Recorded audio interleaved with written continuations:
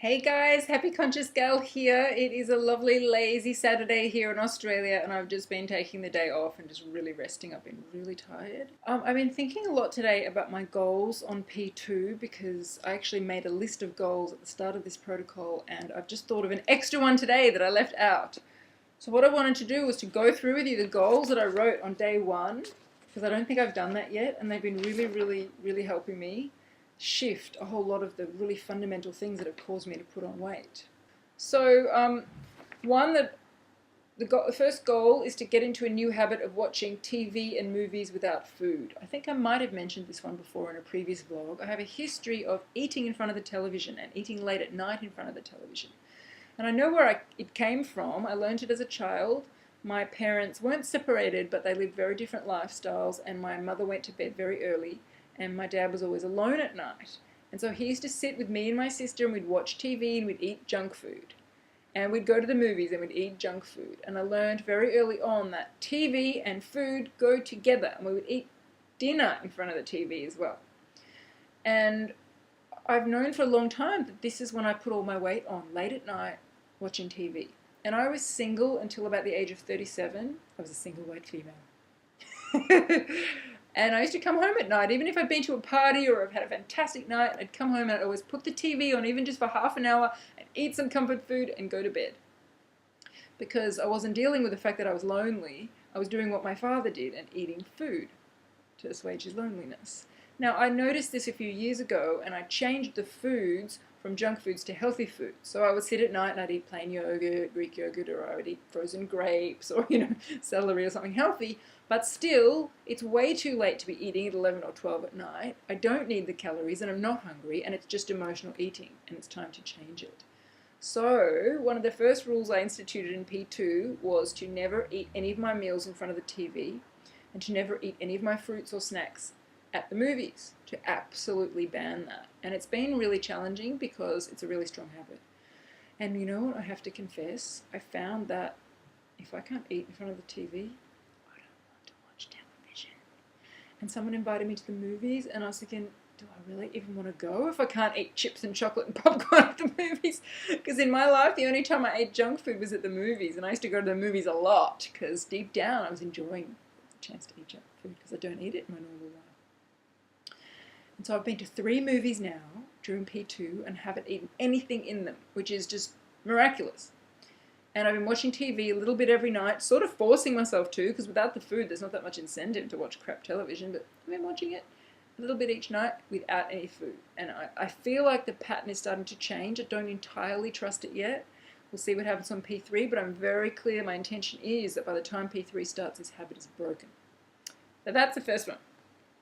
Second one is to get into a new habit of having my period without eating chocolate. Well, I had Tom early in the round, and obviously you can't cheat on P2, so I've taken some steps to breaking that habit. I'm getting Tom again next week in about 8 or 9 days. So it'll give me a second chance to practice having my period without eating chocolate. So twice, that should be enough to break that habit. Another habit that I just discovered today, which I've just added to the list. I can't believe I didn't even know it before that I had this habit. I love to write. I'm a writer, and it's just a hobby. But at the moment, I'm sort of writing a novel. And today I did some work on the novel, and I haven't really done it during P2 because I've been busy doing vlogs and other stuff.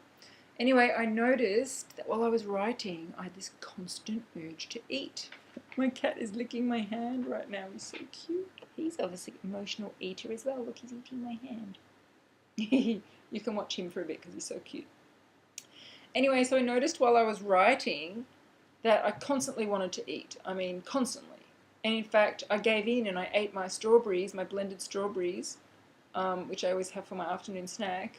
I ate it while I was writing. And only after I'd finished it did I notice, oh my God, this is another habit. I have to break this. I mean, I could have eaten for the whole 2 hours I was writing. I could have just eaten and eaten. And in fact, that's what I normally do. I normally have a whole lot of healthy foods next to me, like celery or whatever, and I eat it while I write. It's like my brain needs the food. Well, no, my brain doesn't need the food. That is just a habit. That one is going to change. I've only identified it today, and so I've got another few weeks on P2 to change it, so that by P3 it won't be driving me anymore, because that's a really big one for me, of eating calories that I don't need. So my next goal was to discover any other patterns of emotional eating. So I've just found one today, the writing one, so that's great. So hopefully I'll find a few more and nip them in the bud too. Another one that I wrote down was to get into a new habit of winding down at night and going to bed when I'm sleepy, instead of revving myself up. I've talked about this one before, how I tend to be a night owl and I get all excited about a project or something creative or doing a vlog or writing something, doing a birthday party invitation or something, and I stay out really, really late because I get all excited, and it's really messing me up. I have not been getting enough sleep on HCG. Today I couldn't even go out. I was so tired. I need to spend the afternoon in bed. So this is one I have not been successful in breaking yet, and I'm intending to break it in the next few weeks. I'm going to go to bed early tonight. My partner is also someone who's like, I call him the living genius. He's a brilliant man. And we get into these discussions that can go for hours about consciousness and the world and life and people. I've now banned him from bringing up any interesting topic after 10 p.m. because otherwise we'll be up talking till 2 or 3 in the morning, and then I can't sleep because my brain's so revved up. So I'm not going to be doing any creative stuff after 11. I'm not going to be talking to him about anything after 10. And by the time I get to bed, hopefully just before midnight, I'll just lie there, read my book, and go to sleep. And that's a really big one for me to work on. One I have been successful in changing is this one, to get into a new habit of eating dinner earlier rather than eating late at night. That goes with the television one. I used to eat really late. I used to eat dinner at like 10 p.m. or 11 p.m. And it's ridiculous. But I've used HCG as a chance to break that. I've been having my dinners, well, the first few weeks I was having them at 6 really strictly. That has changed a little bit because I've been staying up very late, so I've been allowing myself to eat at around 8. But I actually think I was doing better when I was eating earlier. And as I said, I am going to go to bed by midnight from now on, which means I should eat my dinner at 6 or 7. So I feel really good about this one. I have been eating way, way earlier than usual. So that's a big tick. Next one is to get into a new habit of drinking lots of herbal tea. This might sound like a strange one for most of you, but I'm not someone who's ever drunk hot drinks. The only drinks I've ever drunk are water. And my evening drink, if I go out, so my fabulous, is sparkling water. Everyone who knows me knows that I do this funny thing at restaurants and at parties where I ask for a wine glass filled with sparkling water, because why should I have to drink from a boring glass just because I'm healthy? So I've never really liked hot drinks. But the woman from a HCG clinic told me that herbal teas are really helpful to drink on P2 because you get really bored and you need to drink a lot and you need the different flavours. And I thought, shit, she's a genius. So I went and bought a whole lot of herbal teas, really lots of different ones, and sometimes I put different flavoured stevia in them. And I've actually learned to like herbal tea. I really like it. I'm drinking a lot of it now, like every day. And you know, it's getting to be winter here in Australia. We're in autumn, or in fall, as you call it, fall. We call it autumn. So it's starting to get cold. So this herbal tea thing is going to come really in handy in winter. Because yeah, it does get cold in some parts of Australia. And I'm in Melbourne where it's very much a European climate. So the herbal tea is going to be brilliant. So I'm very happy with that one. That's a big tick. I've learnt to drink herbal tea. Another one is to get into a new habit of feeling my feelings as they arise and breathing through them rather than storing my feelings as fat. This is one I've spoken about before in a previous vlog about emotional eating. So I'm not going to go into it, but I have learned how to feel my feelings. I don't really need to learn that now, but I just put it on the list to remind me if I get upset to just breathe, feel it, don't repress it, allow yourself to feel it. So that one, tick.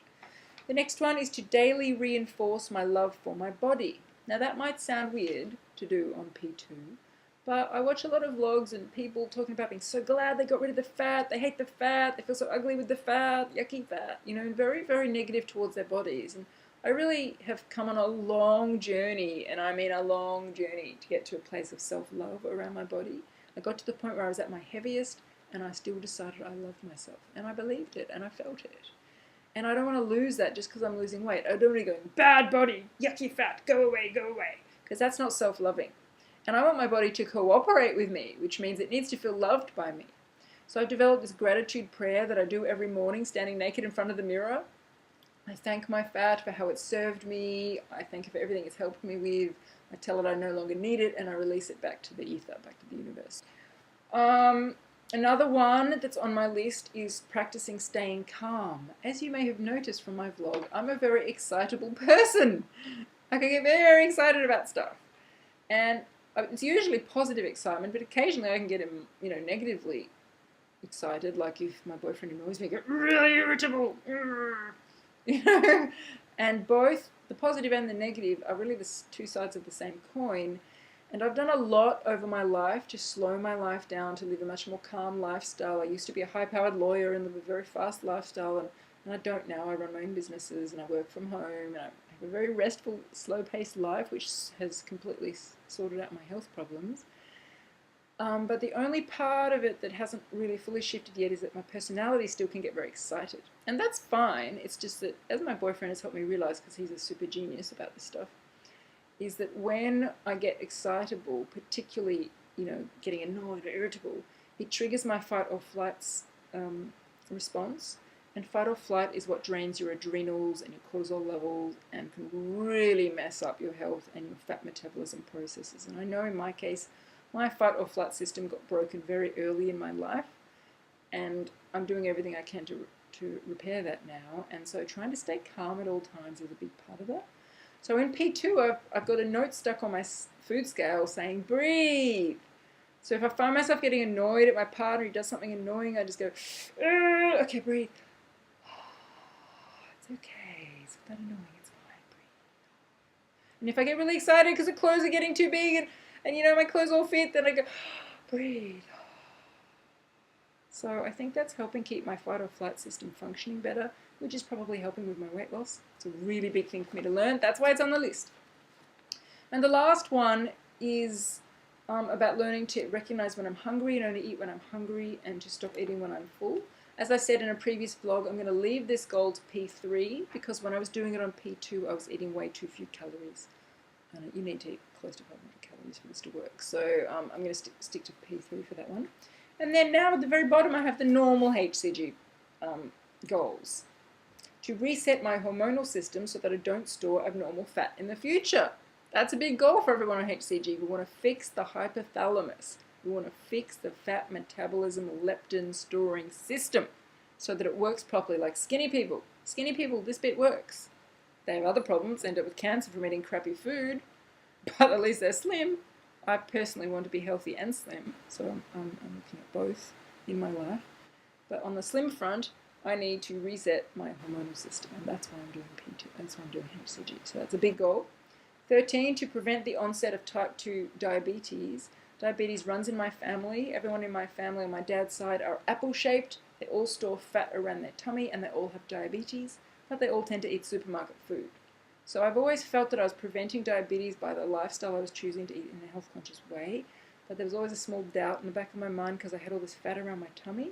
So I'm really hoping that by shedding all this, liberating all this fat around my tummy by doing HCG, I'm definitively preventing myself from getting diabetes. That is my intention. And the final one, which is the normal HCG goal, the main one, which is still on my list because it's my main one too, but it's 14, because all the other things I needed for it to happen, is to shed all my abnormal body fat. And I'm really happy because I've already shed a lot, 25 pounds or something.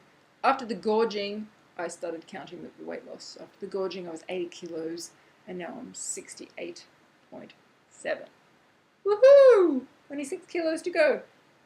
So I'm doing well on shedding my abnormal body fat, but I actually believe that in order to keep it off after P4 for the rest of my life, I need to shift all these other things, which is why I've put them on my list. So anyway, if anyone out there, particularly if you're a newbie or you're early on in your round, I really recommend just sitting down and thinking, what are my goals? What do I really want to get out of this P2 opportunity, as well as fat loss? Obviously, fat loss is big, but what else? And if you're an HCG veteran, maybe I've given you a few ideas of some goals you hadn't already come up with that you can add next time you do a round. Anyway, I just wanted to share that with you because I haven't talked about it yet, and it's been a really, really big part of this for me. As you can see, some of my goals, big tick. I've achieved them. Some of my goals, not yet, still bad habits. But that's okay because it's all a process, it's all a journey. And I'm being very forgiving and kind with myself. I'm not expecting miracles, but I am expecting change. Because that's what I'm all about, change and transformation. So you guys, have a wonderful week. I'm so grateful to all of you for your support on my vlogs. I love watching all of your vlogs. I just so am enjoying being part of this community. It's really like a family, and I just want to thank all of you. So until I see you next, bye!